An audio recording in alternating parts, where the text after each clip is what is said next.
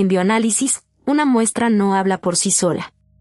Una gota de sangre, un tubo de orina, un cultivo o una señal de PCR se convierten en información cuando sabemos medir, calcular, comparar y controlar la calidad del dato. Por eso las matemáticas no son un adorno en la carrera, son una herramienta de seguridad. En este video veremos, con mirada de laboratorio, matemática y didáctica, por qué las unidades, las diluciones, las curvas de calibración, la estadística, el control de calidad y la probabilidad sostienen buena parte del trabajo bioanalítico. Un resultado de laboratorio parece una cifra, pero detrás hay una cadena de decisiones. En la fase preanalítica medimos volúmenes, tiempos y condiciones. En la fase analítica convertimos señales, como absorbancia o fluorescencia, en concentraciones. Y en la fase postanalítica comunicamos el dato con unidades, intervalos, incertidumbre y criterio. La matemática mantiene unida esa cadena. Si falla una conversión, una dilución o un control estadístico, el número puede parecer exacto y aún así ser incorrecto. La primera matemática del bioanalista es la de las unidades. Un microlitro no es un detalle, 1000 microlitros forman un mililitro. Si una muestra se prepara con 250 microlitros, eso equivale a 0.250 mililitros. Las concentraciones también dependen de unidades, miligramos por decilitro, gramos por litro, milimoles por litro. Cambiar de unidad sin pensar puede multiplicar o dividir un resultado por 10, 100 o 1000.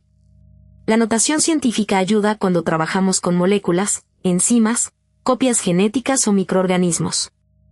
La fórmula C1V1 igual C2V2 aparece en el laboratorio todo el tiempo.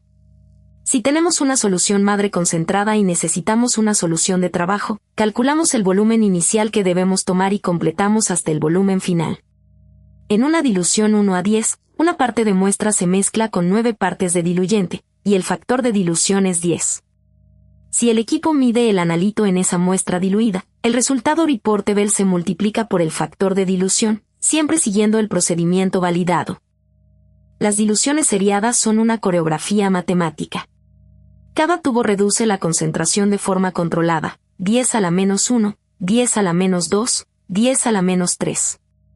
En microbiología, por ejemplo, no basta con contar colonias. Hay que corregir por el volumen sembrado y por la dilución. Así obtenemos unidades formadoras de colonias por mililitro. Cuando las cantidades van de cientos a millones, los logaritmos nos permiten representar el crecimiento microbiano en una escala que el ojo y la mente pueden comparar. Muchos ensayos cuantitativos funcionan como una traducción. El instrumento observa una señal, por ejemplo absorbancia, pero el bioanalista necesita una concentración. Para eso usamos estándares conocidos y construimos una curva de calibración. Si la relación es lineal, la fórmula I igual mx más b permite estimar la concentración de una muestra desconocida. Aquí la matemática no sustituye la química, la organiza. Una curva mala produce resultados malos aunque el equipo parezca moderno. Hagamos un ejemplo.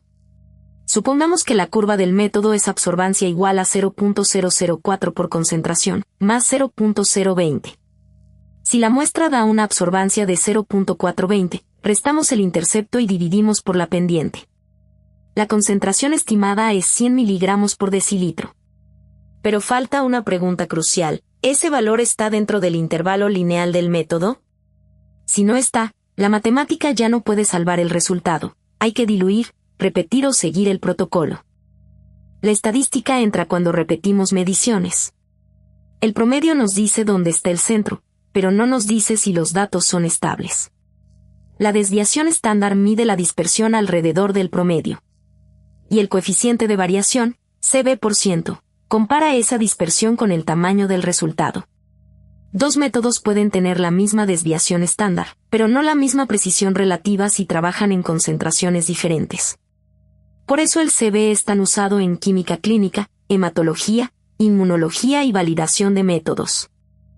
El control de calidad es matemática aplicada a la seguridad del paciente. En una carta Lavie-Jennings, cada control se ubica respecto a la media y a una, 2 o 3 desviaciones estándar. Un punto aislado fuera de 3 desviaciones puede advertir un error importante. 2 puntos consecutivos más allá de 2 desviaciones del mismo lado sugieren desplazamiento sistemático. Y una diferencia de 4 desviaciones entre controles puede indicar imprecisión. La idea no es memorizar códigos, es leer patrones antes de reportar resultados. La linealidad responde a una pregunta práctica: ¿hasta dónde puedo confiar en la ecuación del método? Un ensayo puede ser muy preciso dentro de su intervalo analítico y comportarse mal fuera de él. Por eso se verifica el rango donde la señal aumenta de manera proporcional a la concentración. Cuando una muestra cae por encima del rango, extrapolar puede parecer tentador, pero es riesgoso. La respuesta profesional suele ser diluir, repetir y aplicar el factor de corrección correspondiente. Bioanálisis también usa probabilidad. La sensibilidad mide qué proporción de personas con la condición resultan positivas.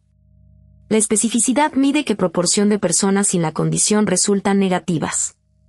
Pero cuando una persona recibe un resultado, aparecen los valores predictivos, la probabilidad de que un positivo sea realmente positivo, o de que un negativo sea realmente negativo. Esos valores no dependen solo de la prueba, también dependen de la prevalencia en la población. Por eso un resultado debe interpretarse dentro de un contexto clínico y epidemiológico. En hematología, la matemática aparece en los índices eritrocitarios. El volumen corpuscular medio, la hemoglobina corpuscular media y la concentración de hemoglobina corpuscular media son razones construidas a partir de mediciones.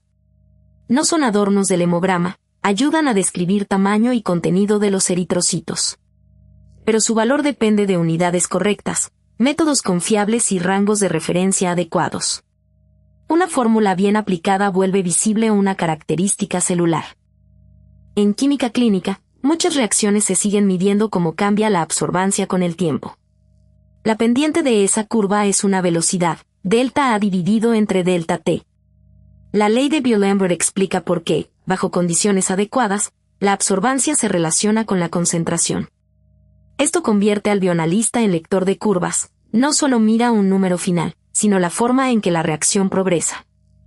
En microbiología, contar colonias no es simplemente contar puntos.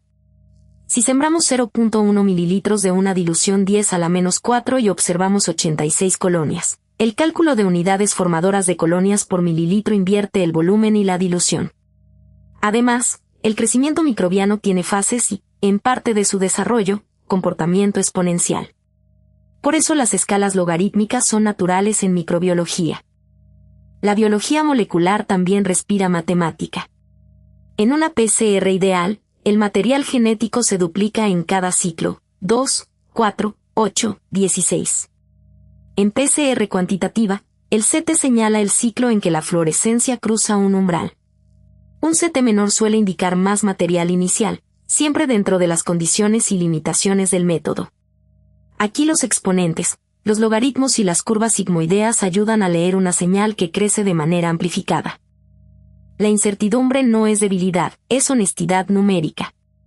Ninguna medición real es infinitamente exacta. La variabilidad puede venir de la calibración, de la repetibilidad del método, de la pipeta, del operador o del material de control.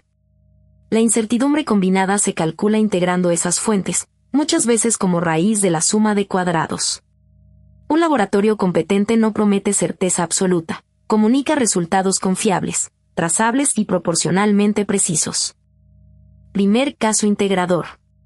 Una muestra fue diluida 1:2 y luego medida en una curva de glucosa. La absorbancia fue 0.620. Con la ecuación de calibración, prestamos 0.020 y dividimos entre 0.004. Eso da 150 miligramos por decilitro para la muestra diluida. Como la muestra original fue diluida por un factor 2, corregimos multiplicando por 2. El resultado calculado para la muestra original es 300 miligramos por decilitro, sujeto al protocolo de laboratorio. Segundo caso. El material de control tiene media 100 y desviación estándar 2. 2 días consecutivos aparecen valores de 104.4 y 104.6. Al calcular Z, ambos están por encima de 2 desviaciones estándar y en el mismo lado de la media. Eso activa una regla de control como 2-2S. La respuesta didáctica y profesional es clara. No se trata de castigar al analista, se trata de investigar el sistema antes de liberar resultados. Tercer caso. Imagina una prueba con sensibilidad y especificidad de 95%. Suena excelente. Pero si se aplica a 1000 personas con prevalencia de 1%, esperamos unas 10 personas con la condición. La prueba detectará casi todas, pero entre las 990 personas sin la condición, un 5% puede salir falso positivo, aproximadamente 50. Entonces, entre los positivos, muchos no serán verdaderos positivos. Esta es una lección poderosa. Una prueba no se interpreta sola, se interpreta con prevalencia, finalidad clínica y confirmación. Como doctor en didáctica, diría esto: la matemática se aprende mejor cuando deja de ser un obstáculo abstracto y se convierte en una herramienta para decidir. En bioanálisis, una buena ruta es preguntar primero por la unidad, luego por el modelo, después por la gráfica y finalmente por la decisión. ¿Estoy ante una proporción? ¿Una recta? ¿Una dispersión? ¿Una probabilidad? ¿Un crecimiento exponencial? Cuando el estudiante conecta fórmula con muestra, equipo, control y reporte, la matemática deja de sentirse ajena. La matemática en bioanálisis no está para complicar la carrera, está para cuidar la calidad del resultado. Sirve para preparar muestras, construir curvas, estimar precisión, controlar procesos, entender pruebas diagnósticas y comunicar datos con responsabilidad. Si este video te ayudó, suscríbete al canal, dale like y escribe en los comentarios qué tema quieres que trabajemos después. Bioestadística desde cero, control de calidad, diluciones, calibración, o matemática aplicada a un área específica de laboratorio.